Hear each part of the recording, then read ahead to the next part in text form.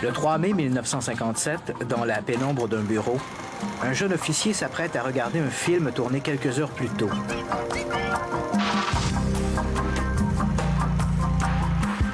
Pour l'instant, le document n'est encore qu'un tirage négatif des images, mais la séquence n'en est pas moins spectaculaire.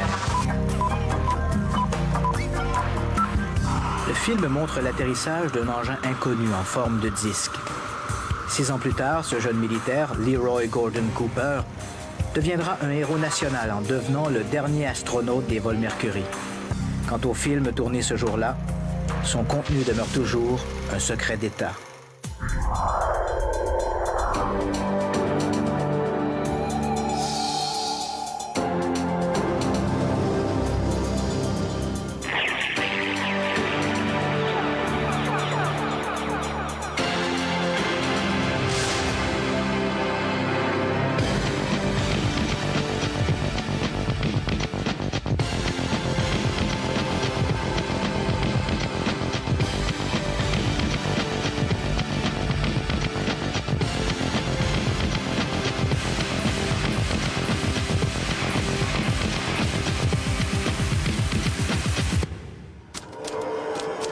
On raconte que les ovnis ont toujours été un sujet de préoccupation pour l'armée, tant américaine qu'étrangère.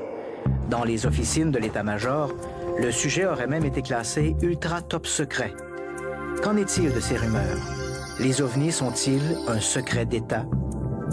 Le 30 décembre 1947, devant le nombre croissant d'observations d'ovnis rapportées aux 4 coins de l'Union, le secrétaire d'État à la Défense, James Forrestal, ordonne la création d'une commission d'enquête. C'est le Bureau des enquêtes stratégiques de l'armée de l'air, l'ATIC, situé à la base militaire de Wright-Patterson, à Dayton, dans l'Ohio, qui est chargé du travail.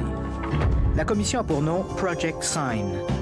Mais avant même que les protocoles d'enquête ne soient déterminés, l'US Air Force se retrouve en état de crise.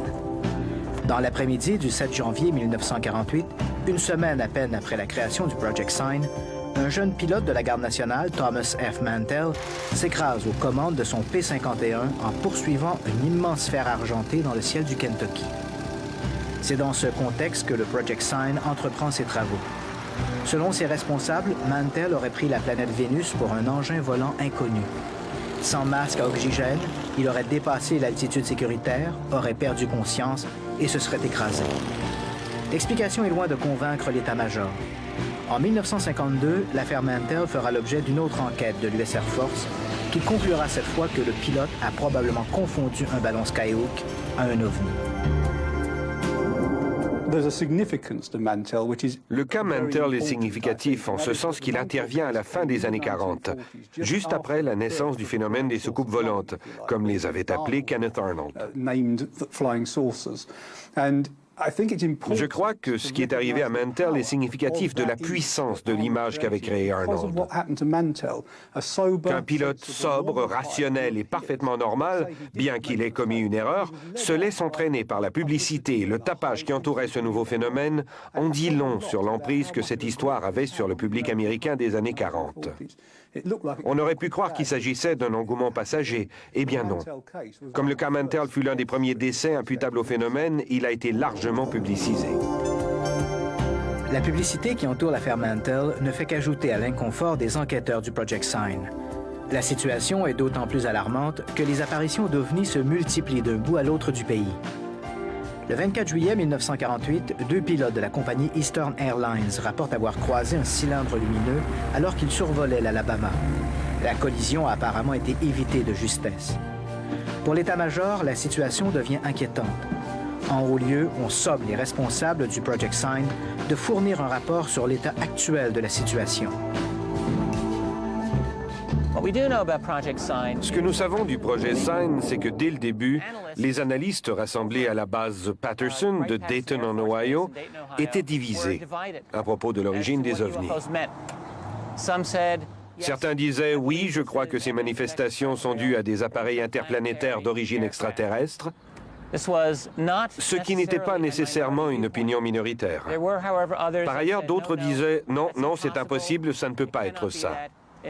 Cela doit être quelque chose qui appartient au monde de la science et que nous ne pouvons pas encore comprendre. Ce qui semble avoir bouleversé l'équipe de Sine, c'est une importante série d'observations survenues à l'été de 1948. Une première est survenue aux Pays-Bas et quelques jours plus tard, une seconde en Alabama. Dans les deux cas, il semble qu'on ait eu affaire à un même objet. Un véhicule pouvant atteindre une vitesse exceptionnelle, observé clairement par des pilotes entraînés et qui faisait des choses qu'un avion n'est pas censé être capable de faire. Il semble que l'équipe de Sine ait été très impressionnée par ces observations et elle a rédigé un document appelé « The Estimate of the Situation ». Ici, il importe de préciser qu'aucune copie de « The Estimate » n'a jamais fait surface. Par ailleurs, nous avons de bonnes raisons de croire que ce rapport a existé. Plusieurs personnes de bonne réputation ont affirmé « Oui, je l'ai lu, je sais ce qu'il contient ». Essentiellement, The Estimate est un document écrit par l'équipe du projet Sine et qui dit « Oui, les ovnis existent et nous croyons qu'ils sont d'origine extraterrestre ». Le document a atterri sur le bureau du général Vandenberg de l'US Air Force.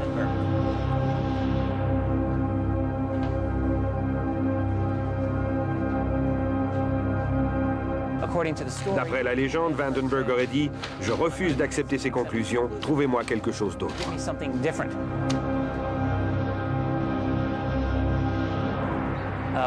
Alors l'équipe de Sine a refait ses devoirs et a trouvé quelque chose d'autre.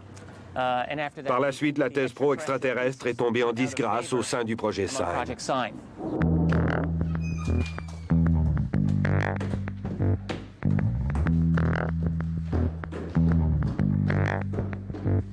On raconte qu'après avoir rejeté les conclusions initiales du rapport Estimate of the Situation, conclusion à l'effet que les soucoupes volantes pouvaient être des engins extraterrestres, le général Vandenberg aurait demandé à ce que toutes les copies existantes du document soient brûlées. En février 1949, les officiers du Bureau stratégique remettent un nouveau rapport officiel, épuré cette fois de toute référence extraterrestre. Le document souligne toutefois que 20% des observations n'ont pu être identifiées. Le Pentagone réagit en remplaçant le Project Sine par une autre structure chargée cette fois de minimiser au maximum les observations rébarbatives. C'est le Project Grudge. L'ère des ténèbres vient de commencer. 11 mois plus tard, on annonce que les apparitions d'OVNI sont essentiellement le résultat d'erreurs d'interprétation, d'hystérie collective ou de fraude. Pour l'état-major, la cause est entendue. En septembre 1951, au lendemain d'observations spectaculaires survenues au New Jersey, l'US Air Force entreprend de ressusciter son Project Grudge. Le capitaine Edward Ruppelt est chargé du mandat. Mais contrairement aux politiques de ses prédécesseurs, Ruppelt refuse de discréditer aveuglément le dossier des ovnis. Il demande plutôt qu'une recherche sérieuse soit entreprise. Ces démarches amèneront la création, dès 1952, du Project Blue Book. Avec l'arrivée du capitaine Ruppelt, un vent d'enthousiasme souffle sur les amateurs d'ovnis. On espère que Ruppelt, reconnu pour être un officier magnanime, fera tout pour que l'étude soit des plus impartiales. Preuve de cette bonne volonté, l'officier s'assure, à titre de conseiller scientifique, la collaboration de l'astrophysicien Joseph Hyland Hynek, attaché à l'Université Northwestern de l'Illinois. Malheureusement, à l'été de 1952, le vent tourne. En juillet, des ovnis sont observés au-dessus de la capitale nationale. Le général John Sanford, porte-parole de l'US Air Force, tient alors une conférence de presse où il annonce que ces lumières n'étaient que des phénomènes naturels provoqués par des inversions de température. Une explication peu convaincante. En haut lieu, l'affaire prend des allures de crise nationale. Plusieurs services fédéraux, la CIA en tête, exigent une réunion avec l'état-major. On craint que la fièvre des soucoupes volantes n'entraîne une forme d'hystérie à l'échelle du pays. En janvier 1953, lors de cette rencontre tant attendue, la CIA explique qu'il est impératif de convaincre le public que les ovnis ne sont que des erreurs d'interprétation ou des fraudes. L'Air Force, du même avis, demande à Ruppelt d'orienter ses efforts dans cette direction. Blue Book se trouve ainsi réduit à un simple organisme de relations publiques.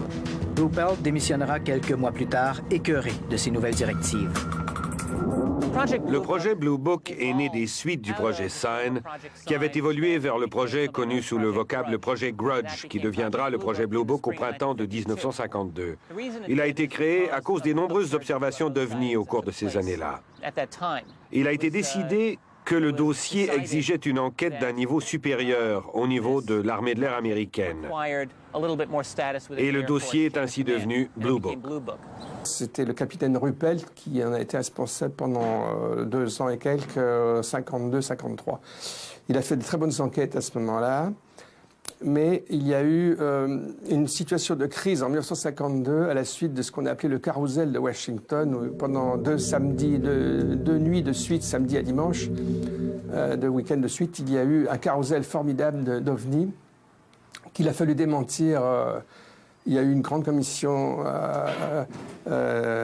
conférence de presse plutôt, à Washington qui a démenti et qui a parlé de mirage, mais ça n'était pas convaincant. Mais il y a eu à ce moment-là un changement d'orientation politique et on a freiné beaucoup les ovnis. Alors Ruppelt s'en est rendu compte et il a quitté la commission.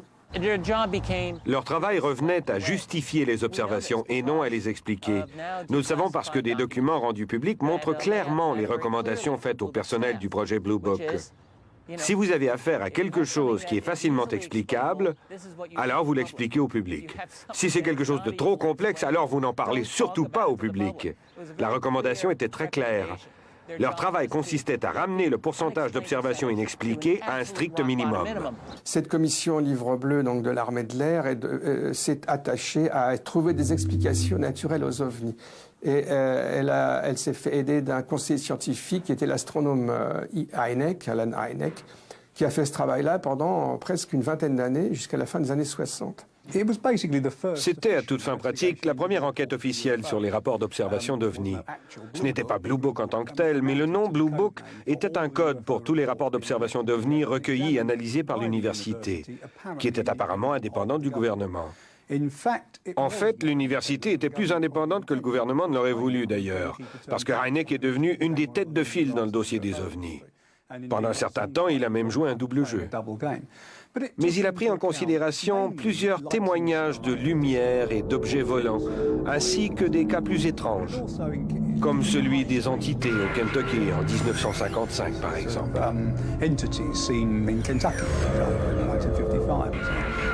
Jusqu'à un certain point, c'était une tentative d'étouffer l'affaire.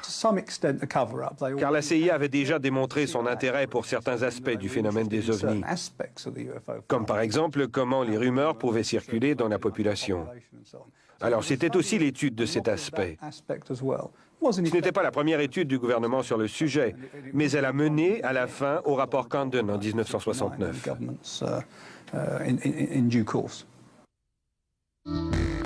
Jusqu'au milieu des années 1960, le Project Blue Book va remplir son rôle d'organisme d'utilité publique en colligeant les rapports d'observation et en rassurant les citoyens que les soucoupes volantes ne sont que des phénomènes naturels.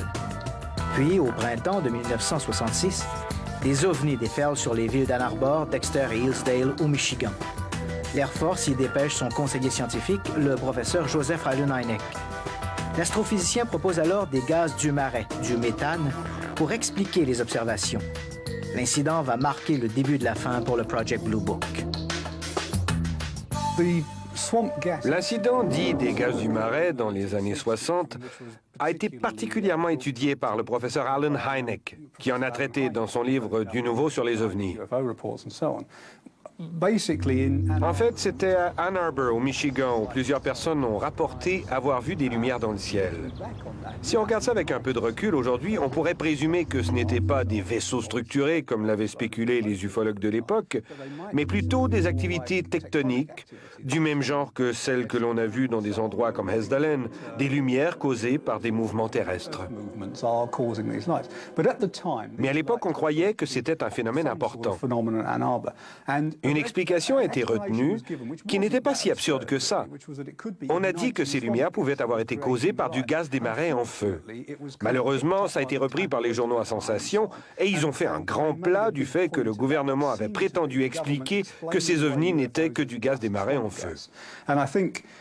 Je pense que le gouvernement a commis des bévues, mais je crois que dans ce cas-ci, ce n'était pas si ridicule que ça. Dans les cas comme ceux de Warminster, Hessdalen, Gulf Breeze, Ann Arbor, ce sont fort probablement de véritables cas d'OVNI. Mais à partir de ce moment, d'autres personnes affirment avoir vu quelque chose, et ça devient une vague. Et beaucoup de faussetés se retrouvent dans les observations. Je crois quand même qu'il y a certaines histoires qui sont vraies. Mais dans ce cas-ci, à cause de cette tentative d'étouffer l'affaire avec l'explication du gaz des marais, c'est devenu un vrai fiasco. Insatisfait des explications du professeur Hynek, la presse tire à boulet rouge sur le Project Blue Book. Dans la tourmente, l'état-major met sur pied une commission ad hoc à laquelle participent des militaires et des scientifiques. Idéalement, concluent les panélistes, il faudrait qu'un organisme civil prenne le relais et décharge une fois pour toutes l'armée de cet épineux problème des ovnis. L'Air Force jette alors son dévolu sur l'Université du Colorado. En fait, ce qui est arrivé, c'est que le projet Blue Book avait perdu toute crédibilité. L'armée de l'air avait perdu de la crédibilité avec ce projet. Les gens ne croyaient pas les explications de l'armée de l'air disant que c'était à chaque fois des ballons sondes ou de la foudre en boule ou bien encore Vénus. L'armée de l'air voulait, depuis des années, abolir le projet Blue Book. Le problème qu'ils ont toujours eu était que les ovnis pouvaient représenter un problème de sécurité nationale ou un problème de défense nationale. Ils ne réussissaient pas à trouver une bonne excuse pour se débarrasser de Blue Book. Ils ne pouvaient pas dire qu'il n'y avait aucun problème de sécurité. Autrement dit, ils étaient coincés. Alors, ce qu'ils ont fait en 1966, ça a été de remettre cette étude à l'Université du Colorado, qui a été sélectionnée très attentivement d'ailleurs, pour étudier ce phénomène une fois pour toutes de façon scientifique. Ce projet Colorado, aussi connu sous le nom de Comité Condon, a duré environ 2 ans. Après cette période, le comité Condon a décidé que le phénomène ne valait pas la peine d'une étude scientifique, que c'était essentiellement de la foutaise et que le gouvernement devrait laisser tomber le projet Blue Book. Le problème avec le projet Colorado était que son directeur, Edward Condon, bien qu'étant un physicien de renom, ne connaissait strictement rien au dossier des ovnis, qu'il ne voulait pas entendre parler d'ovnis, qu'il se retrouvait à étudier des cas loufoques et qu'il avait arrêté sa position bien avant la fin de l'enquête. Son opinion était que tout cela était faux. Bien avant que le comité ne dépose ses conclusions, il faisait déjà part de sa position au public et à la presse. À mi-chemin de son mandat, la commission dut affronter une mutinerie au sein de son personnel qui réalisait qu'il y avait un problème, que leur président privilégiait d'avance une conclusion négative. L'affaire remonta jusqu'en haut lieu et plusieurs membres du personnel furent congédiés à mi-mandat. Il y a aussi eu un mémorandum écrit par l'administrateur du projet, Robert Lowe. En 1966, au tout début du projet, il a écrit un mémo à l'interne qui disait que l'astuce serait de convaincre les scientifiques que nous nous engageons dans une étude très sérieuse, quand, en réalité, nous ne nous attendons pas à trouver quoi que ce soit.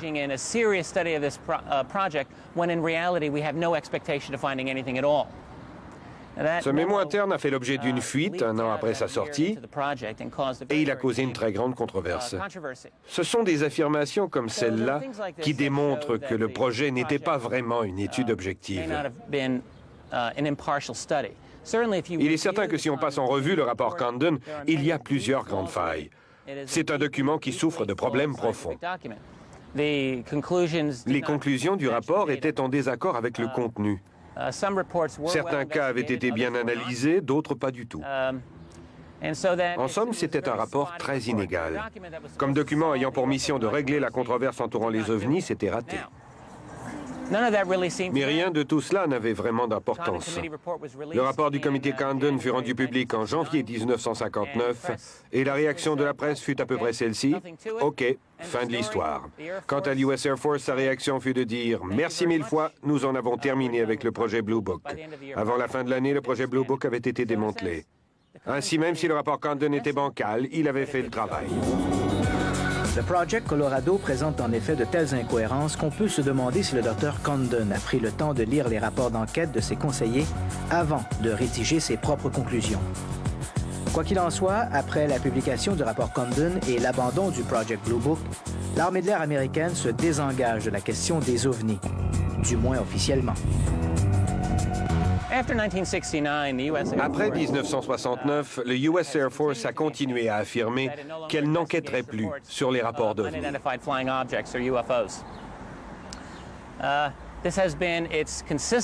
Et ça a été leur position depuis 30 ans. Ce n'est pas vrai du tout. Nous savons par exemple qu'il y a eu plusieurs intrusions dans leur espace aérien durant les années 70. À la frontière nord des États-Unis et au Canada, à la base aérienne de Falcon Ridge en Ontario. Et plusieurs autres violations de l'espace aérien au-dessus de la frontière nord des États-Unis en novembre 1975. Nous savons que les militaires américains y ont prêté une attention particulière. Nous savons qu'ils ont enquêté là-dessus. Et nous avons aussi un mémo datant de 1969 venant du général Carol Bolander, affirmant que les rapports d'OVNI importants qui pouvaient avoir un impact sur la sécurité nationale ne faisaient pas partie du système Blue Book. Il était très clair à ce sujet. Il y a certainement raison de croire qu'ils ont continué à enquêter sur les ovnis. On a souvent discuté du fait que d'autres projets, connus sous le nom d'Aquarius, Moondust par exemple, et d'autres encore, existent. Il est probable que ces projets aient existé. Il est difficile de faire l'historique du projet Aquarius, par exemple. Nous n'avons pas beaucoup d'informations à ce sujet.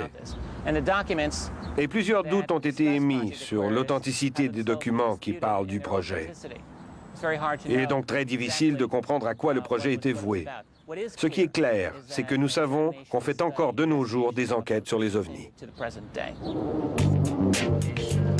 Disons que pour l'heure, il est à peu près exclu.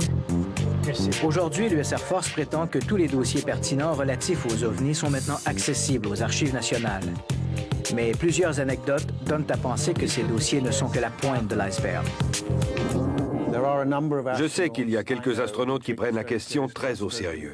J'ai parlé avec le Dr Edgar Mitchell, qui a été le 6e homme à marcher sur la Lune lors de la mission Apollo 14, et il m'a raconté être convaincu que nous sommes face à une vaste opération de camouflage, que les États-Unis dissimulent de l'information sur divers dossiers incluant Roswell et que ça dure depuis 50 ans.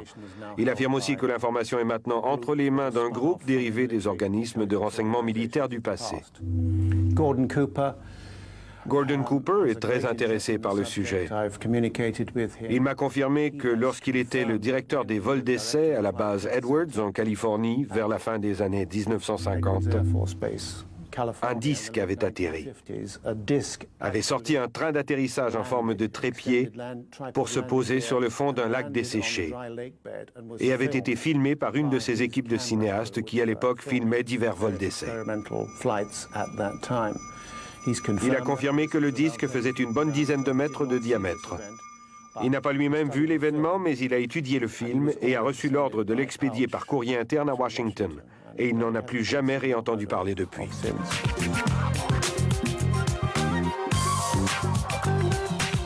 Même si plus de 30 ans se sont écoulés depuis la fin du Project Blue Book, il y a fort à parier que l'US Air Force garde toujours sous scellé une foule de dossiers sur les ovnis. Des secrets d'État qui, à n'en pas douter, le resteront encore longtemps.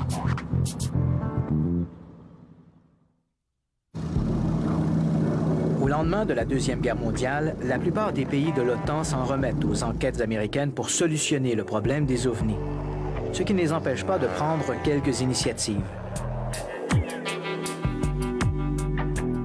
Au début des années 50, par exemple, l'Armée de l'air canadienne et le ministère fédéral des Transports participent à une série de réunions autour de la thématique des ovnis. C'est le Project Second Story. En mars 1953, le comité conclut que rien dans le dossier des ovnis ne justifie la poursuite de leur étude par le ministère de la Défense. Jusqu'en 1967, année où l'armée canadienne va céder ses dossiers ovnis aux Archives nationales, les militaires n'entreprendront que quelques enquêtes visant essentiellement à s'assurer que ces observations ne présentent pas un danger pour la sécurité nationale. Encore aujourd'hui, l'armée garde un œil discret sur ces manifestations, mais uniquement pour des raisons de sécurité du territoire, en commençant par celui du trafic aérien.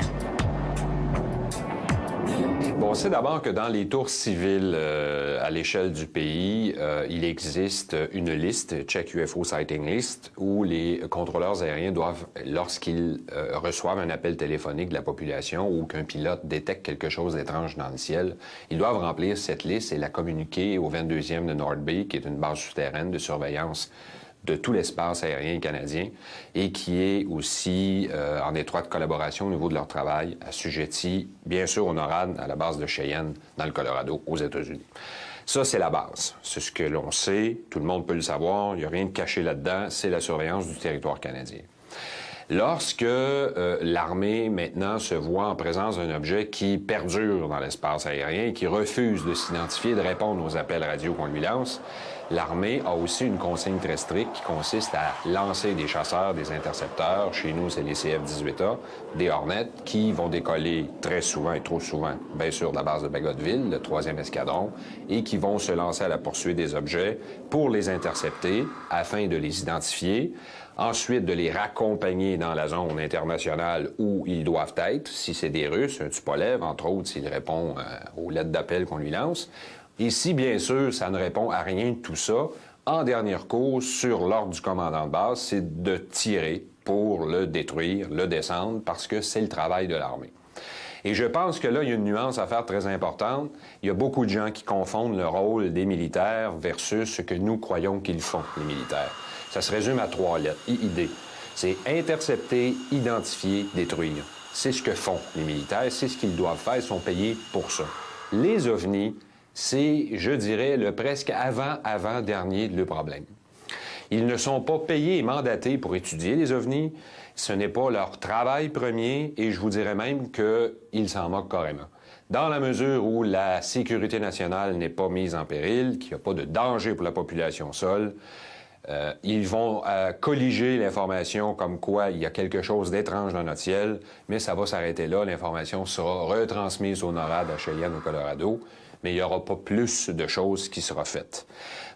Presque autour des années fin 70, tout ça a été transféré à l'Institut Hattiesburg d'Ottawa qui colligeait l'information. La GRC au sol a pris la relève en colligeant encore une fois l'information pour constituer les dossiers. Tout ça a pris fin vers 95-96 avec les fameuses coupures du gouvernement conservateur de M. Brian Mulroney.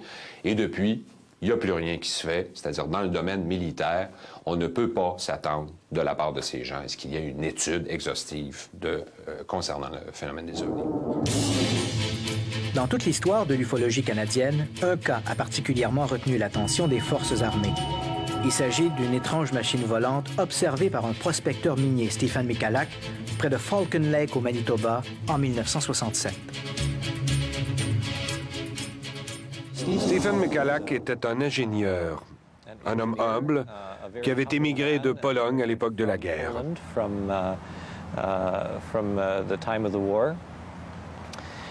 En 1967, il faisait de la prospection en amateur dans une région très reculée du Manitoba. Pas totalement inaccessible toutefois. C'était à quelques kilomètres d'une route très fréquentée, mais hors des sentiers battus. Il a raconté que pendant qu'il mangeait son casse-croûte, il avait commencé à concasser des cailloux. Il y a de l'or, de l'argent et d'autres minéraux dans la région. De fait, il avait déjà demandé une concession pour prospecter sur ce territoire. Donc, pendant qu'il s'active, il aperçoit un objet argenté d'une trentaine de pieds de diamètre et qui a l'allure d'une soucoupe volante telle qu'on les imagine en voyant les films de Hollywood. Celle-ci se pose sur un piton rocailleux non loin de lui et une lumière extrêmement brillante jaillit du petit dôme situé au sommet de l'engin. Au bout d'un moment, une petite porte s'est ouverte sur le côté et à nouveau, il a aperçu une lumière brillante sortir de l'engin. Ce qu'il y a d'intéressant, c'est qu'il n'a pas pensé qu'il s'agissait d'un vaisseau spatial d'origine extraterrestre. La première chose qui lui est venue à l'esprit, c'est qu'il avait affaire à une sorte d'objet volant ultra secret d'origine américaine qui serait tombé en panne et se serait arrêté à l'écart pour faire des réparations à l'abri des regards indiscrets. Il s'est alors rapproché de l'engin et a crié en direction de l'appareil. « Hey Yankee Boys, qu'est-ce qui vous arrive? Votre appareil secret est brisé, je vais vous donner un coup de main pour le réparer. » Avant de faire cet appel, il avait entendu des voix en provenance de l'appareil et les avait prises pour des voix humaines. Toutefois, après avoir lancé son cri, il se rend compte que les voix se taisent subitement. Et il se dit en lui-même, « Oh non, ce ne sont peut-être pas des Américains. » Alors il relance son appel, mais en russe cette fois, une langue qu'il connaît bien, mais n'obtient pas de réponse. Il répète alors son appel en allemand, puis en polonais, sa langue maternelle. Comme il n'obtient toujours pas de réponse, il s'approche de la porte et pose sa main qui porte un gant protecteur caoutchouté pour le protéger des éclats de pierre. Il pose sa main donc sur la surface de l'appareil, croyant toujours qu'il s'agit d'une sorte d'avion secret. Il est alors forcé de retirer sa main car son gant fond à cause de la chaleur intense qui se dégage du véhicule. À ce moment, la porte se ferme, comme l'iris d'une caméra. Puis tout l'objet se redresse et se met à tourner sur lui-même, de sorte qu'il se retrouve face à un système d'échappement dissimulé derrière une grille qui ressemble vaguement à celle d'un radiateur. À ce moment, un souffle de gaz chaud le frappe en pleine poitrine et l'objet décolle. Mais le jet d'air est si chaud qu'il met le feu à ses vêtements. Et Michalak doit se débattre pour retirer sa chemise et le reste de ses vêtements. Il les jette au sol, réussit à éteindre les flammes en les traînant dans l'herbe et en les piétinant. Mais il a commencé à se sentir très étourdi. Il avait la nausée et il souffrait beaucoup. Il avait des brûlures au 2e et au 3e degré. Il a réussi tant bien que mal à sortir des buissons et à se rendre au petit motel où il habitait quelques kilomètres plus loin. Là, il a décidé d'aller chercher des soins à Winnipeg. Il est arrivé à Winnipeg quelques heures plus tard. Il avait auparavant appelé sa famille pour qu'elle le rejoigne à l'hôpital. Il leur avait affirmé avoir été brûlé par un avion. Les médecins de l'hôpital de Winnipeg l'ont traité pour ses brûlures, mais ne savaient pas comment réagir face à ses autres symptômes. Il était étourdi, il vomissait. Il était vraiment très mal en point. Il n'a expliqué que plus tard à sa famille ce qui s'était passé. Parce qu'il croyait qu'il s'agissait d'une sorte d'avion secret qui n'était peut-être ni américain ni canadien, il croyait devoir aviser les autorités avant tout. Alors il a contacté un journal de Winnipeg et a raconté son expérience à un journaliste. Le journaliste en question a entendu cette histoire fantastique et bien sûr, elle a fait la manchette partout au Canada et a rapidement fait le tour du monde. Et c'est devenu l'un des cas sur lesquels on s'est le plus penché en Amérique du Nord.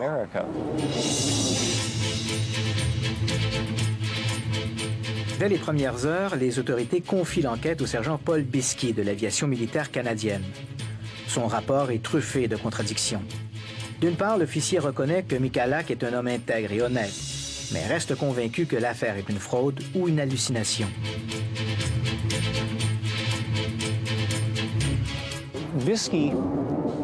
Biskey était vraiment très réfractaire à l'idée des soucoupes volantes. D'ailleurs, on a retrouvé une lettre très intéressante dans les archives où il raconte comment il a l'intention d'enivrer M. Michalak dans un bar pour lui délier la langue et le forcer à dire la vérité sur ce qui s'était produit. Il était à la recherche de n'importe quelle explication prouvant que M. Michalak n'avait pas vraiment vu ce qu'il prétendait avoir vu. Je crois qu'il a beaucoup nui à l'enquête. Il était certainement rigoureux, mais il était tellement convaincu qu'il était impossible qu'une telle chose se soit produite que son évaluation a peut-être été exagérée. En haut lieu, les spéculations du sergent Biskey ne font pas l'unanimité, d'autant plus que des échantillons de sol radioactifs ont été découverts sur les lieux. J'ai grandi tout près de l'endroit où vivait M. Michalak. De fait, étant enfant, j'ai même joué avec un de ses fils. Et je me souviens qu'un jour, il m'a raconté que son père avait été brûlé et qu'il était très malade. À l'époque, je n'y ai pas porté attention, mais plus tard, alors que je fréquentais toujours la famille, j'ai commencé à m'intéresser aux ovnis et aux soucoupes volantes. Et je me suis mis à lui poser des questions sur ce qui était arrivé. Il m'a alors montré ses brûlures aux jambes et les traces toujours visibles sur son corps, les objets qui restaient, et surtout, il m'a raconté cette fabuleuse histoire. Alors, d'un côté, nous avons une histoire fabuleuse appuyée par des preuves bien concrètes. Des indices au sol, les blessures sur son corps, son étonnant témoignage, ainsi que celui de divers experts qui ont travaillé à l'enquête. Ainsi, selon la personne à qui vous vous adressez, ou vous avez là le meilleur cas jamais recensé d'une personne qui rencontre une soucoupe volante, qui est brûlée, physiquement atteinte, ou vous avez affaire à une escroquerie très élaborée. Et si c'est une escroquerie, c'est certainement l'une des meilleures à avoir été étudiée. Elle s'appuie sur des preuves extraordinaires.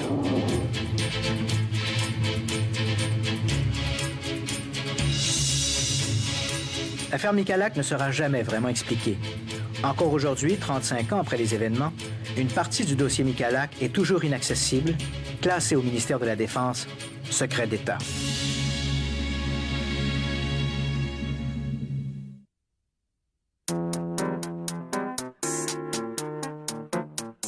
En Europe, où il n'y a pas de procédure analogue à la loi d'accès à l'information, il est beaucoup plus difficile d'évaluer le rôle des militaires dans le dossier des ovnis.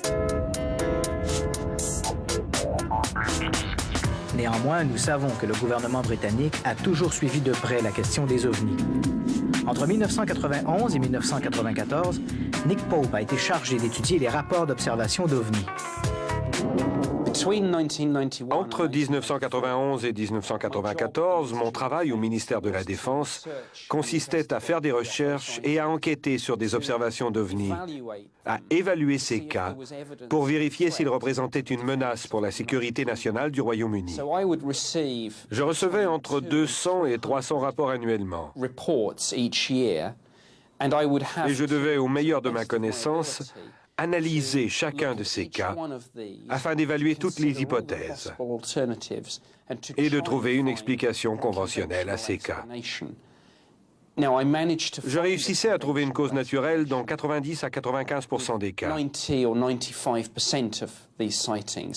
Mais cela me laissait tout de même un certain pourcentage de cas que je ne pouvais expliquer par des justifications conventionnelles. J'ai occupé ce poste pendant 3 ans. Mais sous différentes formes, ce genre de travail existait déjà depuis 1950. Et ce travail d'investigation s'est poursuivi jusqu'à nos jours. Au cours des années, cependant, la manière de traiter ce sujet a beaucoup varié. Quelquefois à cause de l'attitude ou des convictions de la personne en poste. Moi, par exemple, je m'intéressais beaucoup au sujet. D'autres, cependant, s'impliquaient beaucoup moins.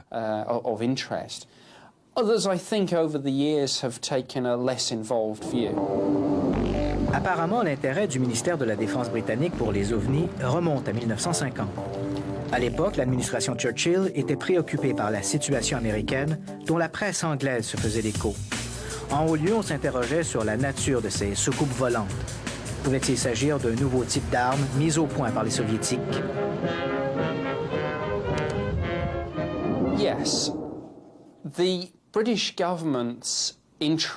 L'intérêt du gouvernement britannique pour la question des ovnis remonte aux années 50. À cette époque, nous étions parfaitement au courant de la situation aux États-Unis, avec l'observation des soucoupes volantes de Kenneth Arnold. Nous étions aussi au courant de la création du projet Sign, lequel est devenu le projet Grudge, puis le projet Blue Book. En 1950, un scientifique très en vue du gouvernement britannique, Sir Henry Tizard, l'un des pères de la technologie du radar, était d'opinion que les rapports d'observation d'OVNI ne pouvaient pas et ne devaient pas être rejetés sans une enquête sérieuse.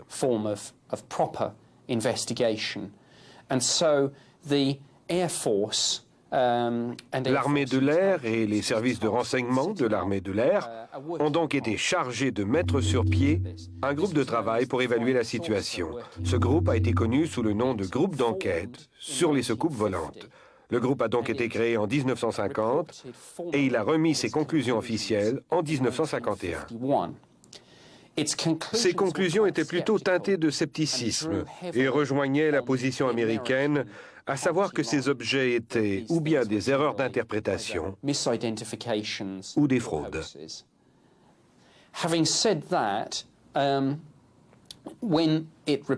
Cela dit, même s'il était conseillé de ne pas poursuivre ces enquêtes, un an plus tard, cette recommandation a été rejetée à cause de toute une série d'observations importantes impliquant des militaires. C'est en gros la genèse de cet intérêt.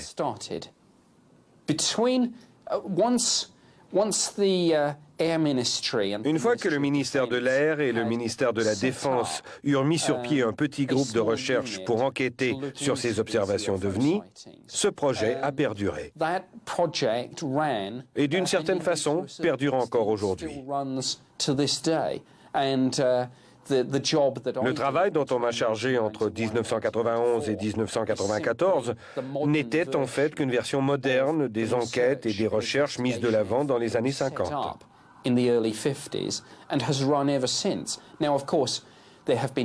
Bien sûr, le personnel est différent.